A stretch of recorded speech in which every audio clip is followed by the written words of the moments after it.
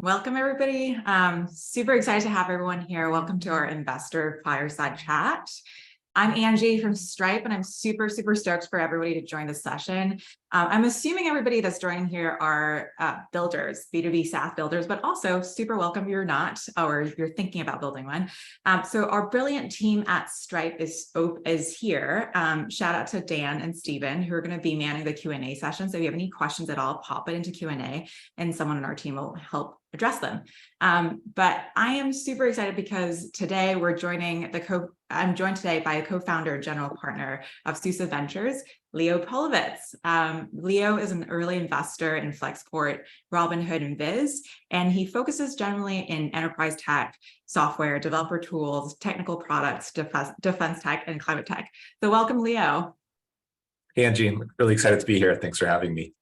Thanks for joining. So let's actually dive straight into it. So there is a lot of talk in general about fundraising climate in 2023. We know late stage deals have totally frozen up. We're seeing a bunch of B2B SaaS public valuations get slashed across the board, down 75% from almost a year ago. So can you share maybe what you're seeing in early stage deals and for folks that are looking to fundraise in early stage like seed and Series A? How is that looking? Yeah, there's definitely been a bit of a slowdown. I think at seed, there's some slowdown, although it's not too crazy. So we're seeing a lot of valuations come down, maybe 20, 30% from where they were last spring. And then Series A, and as you go later and later, the slowdown's more and more dramatic. So there's fewer rounds happening, and the valuations are often cut by 40, 50, 60%, sometimes more. And so because of that, a lot of times when companies are raising seeds, they still have the luxury of raising like a fairly sizable seed round these days relative to where the later stage market is. But you often have to make it last a little bit longer because the later stage investors are not quite as active as they used to be. And I know that you recently just wrote a blog about how to make that money last longer. But before we get into cash management side, I really wanted to chat a little bit more about what are you excited about when you talk to seed and Series A companies in the current economic climate, and what are you actually looking for in terms of the team itself? Is it basically the same stuff that you're looking for? Are there specific metrics that you're looking for more specifically because of the climate? Yeah, I would say a lot of the things we look for are still pretty similar in that we want to see a good venture scale market. We want to see a promising idea for that market that feels like, it really solves a big problem. And then ideally a team with good founder market fit where it feels like this is the right team or like an ideal team to tackle this problem. I think the one kind of more newer thing that we're looking for is this element of kind of cash efficiency, but maybe just a sense of like you could do a lot without requiring a ton of capital, mostly because we can sort of guarantee you the seed capital because we're investing. And so like you have some capital right there. But then the next stage and the stage after that are a little bit more fuzzy now, and it could take a lot longer to get there. And so we just want to find companies that can do a lot with, a $2 or $3 or $5 million seed round without necessarily feeling like in a year, if they can't raise $10 million, like they're going to implode because, they need to burn a lot and they need to spend a lot. So what I'm hearing is that essentially fundraising climate is still actually pretty healthy in the early stages, especially for seed. The only difference is just you're looking for resilient founders who can basically do more with less. Is that right? Yeah, exactly.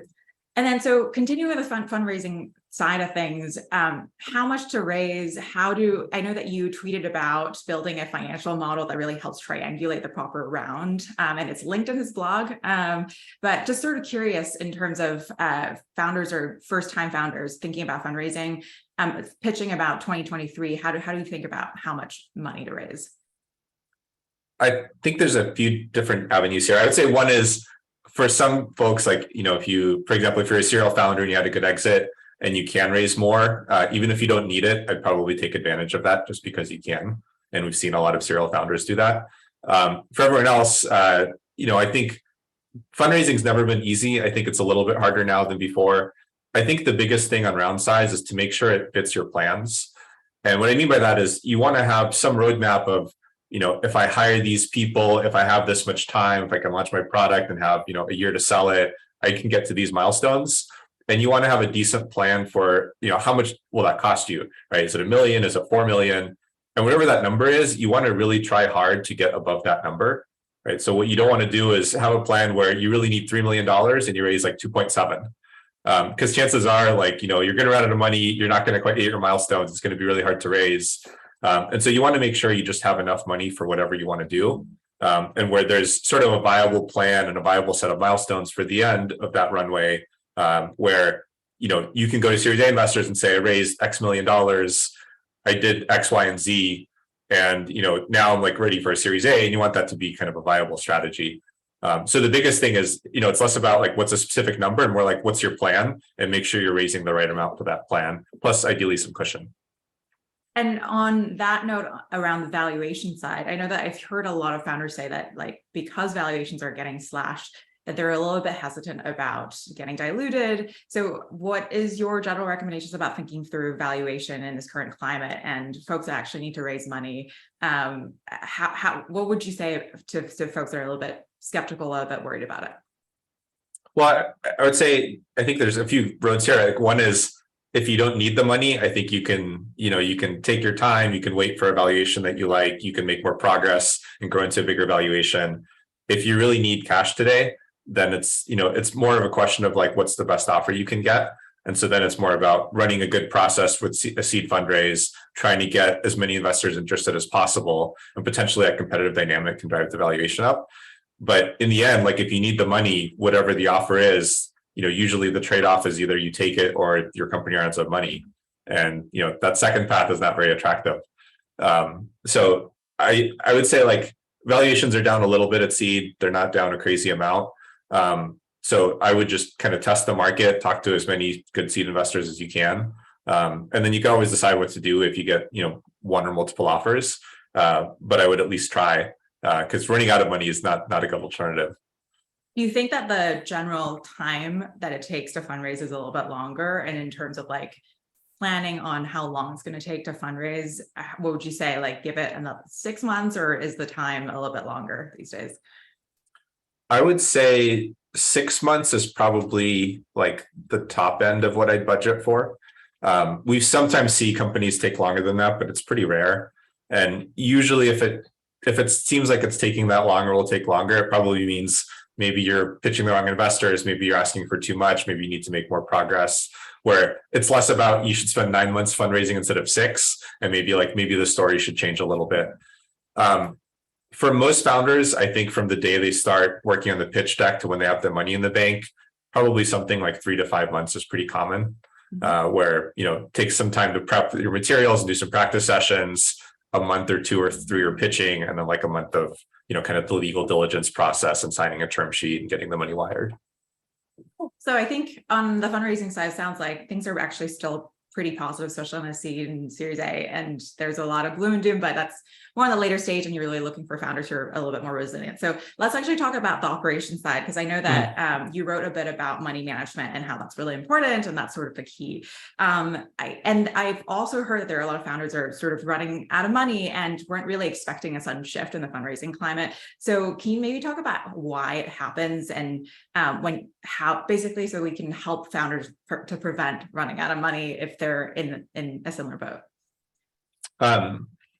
Yeah, I mean, I think cash management's always been important, but for the last couple of years, it's maybe been a little bit less important, just because you could make some progress and maybe not hit the traditional Series A metrics, but there are so many investors looking to invest and looking to deploy capital that you could probably, still bank on raising a good round, even if you made some progress but maybe not traditional Series A progress.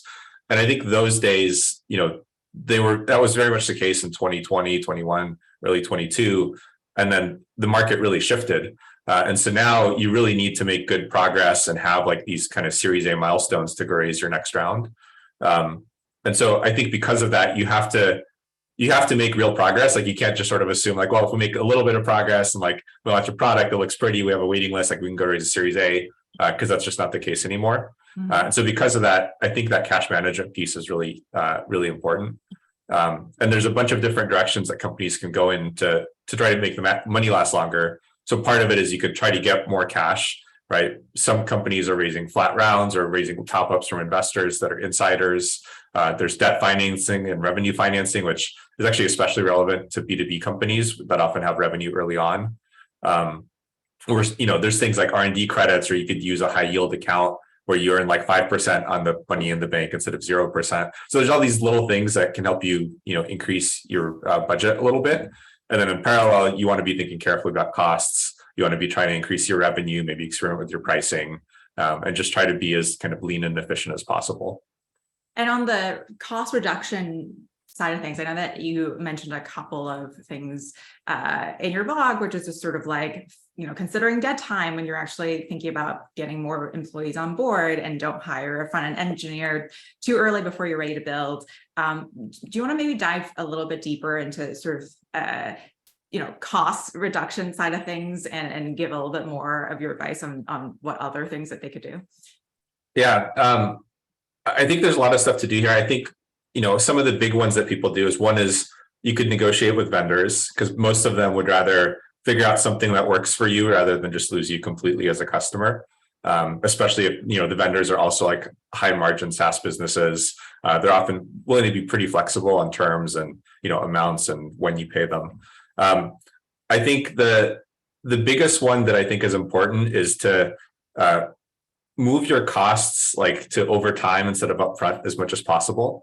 And so there's a lot of things where, you might look at like total cost of ownership, right? And you might look at, like a web server or something else that you can buy for like 10 grand today, or you could pay for it, whatever, $500 a month forever. And you look at the 10 grand and the $500 and you think, oh, like the 10 grand is cheaper because I'm going to save money over 5 years.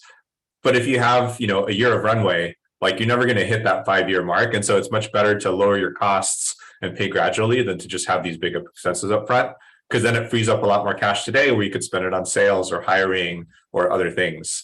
So I think that's a big one. And maybe one other one I'll touch on is I think doing cheap experiments is also really valuable. So a lot of times, like you can spend a lot of work, building a feature or product that maybe people don't want, right? Or maybe you spend like $10,000 or $50,000 on ads, and it turns out ads don't work for your business. And so for a lot of these things, like you want to try to experiment cheaply, right? Can you build the whole product, or can you build a prototype and show it to some users? Or maybe it's just like a Figma prototype. Or do you want, do you have to spend 20 grand in ads right away, or can you spend 2 grand or like $500? So there's a lot of things you can do that just make sure that before you make these big expenditures, you test them a little bit just to make sure you're going in the right direction. And I really like what you said about like being frugal too, and that you guys have an ocean dog of like hundreds different discounts from different vendors. Obviously at Stripe, we really love founders and make sure that you are also talking to us to make sure that we are giving you the best deal.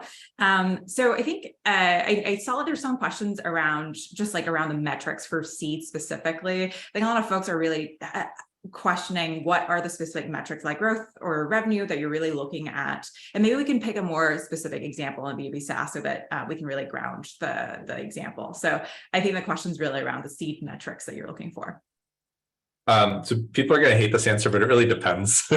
I think I would say fundamentally for Series A, you want kind of some validation of the business is working. It's starting to be predictable. There's like meaningful revenue, things like that. At seed, I think what you're really looking for is just like signs of validation. Like, do you have any customers or none, right? Or do you have a product launched where you could kind of see like, are people using it a little bit, or maybe that usage is growing over time? Or, like, are you having a hard time getting anyone to use your product? So you're looking for these, the metrics are more binary of like, is there some validation that people want this? Is there some validation that they'll pay a reasonable amount? And it's less about optimizing everything of like, oh, are they paying the maximum possible amount? It's more like, will anyone pay you anything, right? And just having a few examples of that really helps with a seed round. Like a seed round where you have, 2 customers paying you 50 grand is much easier and going to be much better than a seed round where you have a great product, but like you don't have anyone paying for it or using it yet. So I think for seed, the metrics are more, it's more about like validating some of your assumptions and just saying like, hey, people do want this, or like, we spent, some number of dollars on ads, we got 100 leads. We're not ready to spend $50,000, but we can show that like, hey, we can get leads for this. So it's more about that validation piece versus, core metrics for me. Yeah, and I think that on the validation side, it is sort of closely tied to like future prospect of revenue. And I know that you also mentioned different tactics for growing revenue. And I like that you talked a lot about prioritizing customers that will pay you more versus a bunch of customers that don't. Can you maybe talk through a little bit more about like around validation? Because I definitely want to double click on the customer piece in terms of like a B2B SaaS company that has a bunch of customers that pay them, $1K per month versus $12K. You obviously prioritize the $12K one, but talk through the customer prioritization piece. Yeah, I'd say this is actually something I've noticed over the last 10 years. Like a lot of times companies don't get introspective about their customer list for a long time. And I think it's kind of a missed opportunity because you can't really do this well when you have 2 or 3 customers. But if you have 20 or you have 50 or 100, you can start looking back and just like slicing the customers in different ways, right? So you could say like, which ones are big companies or small ones, which ones are tech forward versus maybe like from older industries, or like, which ones was the champion, like a VP or a director or like somebody on the ground. And I think you could look at those attributes, but then tie them to the things you want from future customers, right? And that could be, who are the customers that will pay you up front, right? And maybe it turns out, if the VP is the champion, they'll pay you up front. And if it's, like the engineer or the salesperson, like they won't. And now like that's a lever you can use. So if you want customers that pay you up front, you try to find like VPs as leads. And if you don't care about up front, you could kind of target anyone. But you could do that in terms of payback periods. You could look at who converts the fastest, right? Maybe some industries or some types of businesses convert, twice as fast. And if you're not looking at your existing customers and their behavior and trying to correlate that with some of their attributes, it's kind of a missed opportunity where you could really drive your sales into a direction that's like optimal for your business. That makes a lot of sense. And I think you also mentioned, you kind of referenced pipe, and I'm guessing you're not an investor. Not an investor. Right. So there's a lot of different tools where you can actually, like, it's a factoring service. They'll give you like 90 cents on the dollar, I want to say, for the value of a contract, which is pretty cool. Obviously with Stripe, we can also help you grow your product's revenue internationally. And we can also just optimize a lot of your payments. So there's a lot of that over with Stripe too. So let's talk about you a little bit, Leo, because I think a lot of folks here want to contact you. How do folks get in touch with you? Are you generally good with cold emails or warm intros? Like, tell us what your general method is. Yeah, I'm pretty open to cold emails and warm intros. I would say like the biggest bottleneck these days is not lack of desire, but lack of time. So unfortunately, like I used to try to reply to everyone and meet everyone I could. And these days it's, I have to be a little bit like, I have to prioritize a little bit more, which is unfortunate. But I definitely, I meet people from cold emails and cold Twitter messages all the time. And, sometimes we invest in those companies as well. So let's say I'm coming in cold. What would get your attention or have you prioritize a cold email in terms of, and then you could answer this however you want to, in terms of like specific bullets that would kind of get your attention? Yeah, maybe I'll start by saying what would not get me excited, which is there are a lot of emails I get where I think if I replaced my name with anyone else's name, the email still like 100% holds. And it's just more of like a generic email blast. And for those, unless I'm maybe really excited about like a company idea or something like that, I generally, I don't have time to respond to those anymore. Mm-hmm. I think what gets me excited is, one, if something is personalized, not in a superficial way of like, oh, you went to the school, I went to the school too, like we should chat, but more like, oh, I saw you invested in this company, we're doing something similar, but in a different space. And like, you might like it. So I think that sort of insight and, and an opening is really interesting. And then I think the other thing is some people make emails too short, right? Well, they'll say like, hey, Angie, I'm building something cool. Do you want to chat? And you're like, that's, that's not a lot to go off of. Mm-hmm. Other people are the opposite, where they're like, here's, 8 pages and then like a 30-page business plan. Like, let me know if you want to chat. Yeah. And then like, that's maybe too much to go through on a first email. So I think the people that do this well, they'll write a cold email that's maybe a paragraph or 2, and you just highlight like 1 or 2 or 3 things that are really special. And that will vary company to company. Maybe you have a specific like experience that's really rare. Maybe you have a really interesting approach to a sector that, doesn't get a lot of attention from tech. Like that can really vary company to company, but it's almost like a movie trailer, right? Like you don't have to condense the whole movie into 3 minutes, but you want to have like 1 or 2 things where people are like, oh my God, like this actor's in it, or oh my God, like, like the plot looks really good, or the special effects or whatever it is. And you just want 1 or 2 things that really stand out. And that's enough usually to get the cold email into like a meeting or an exchange.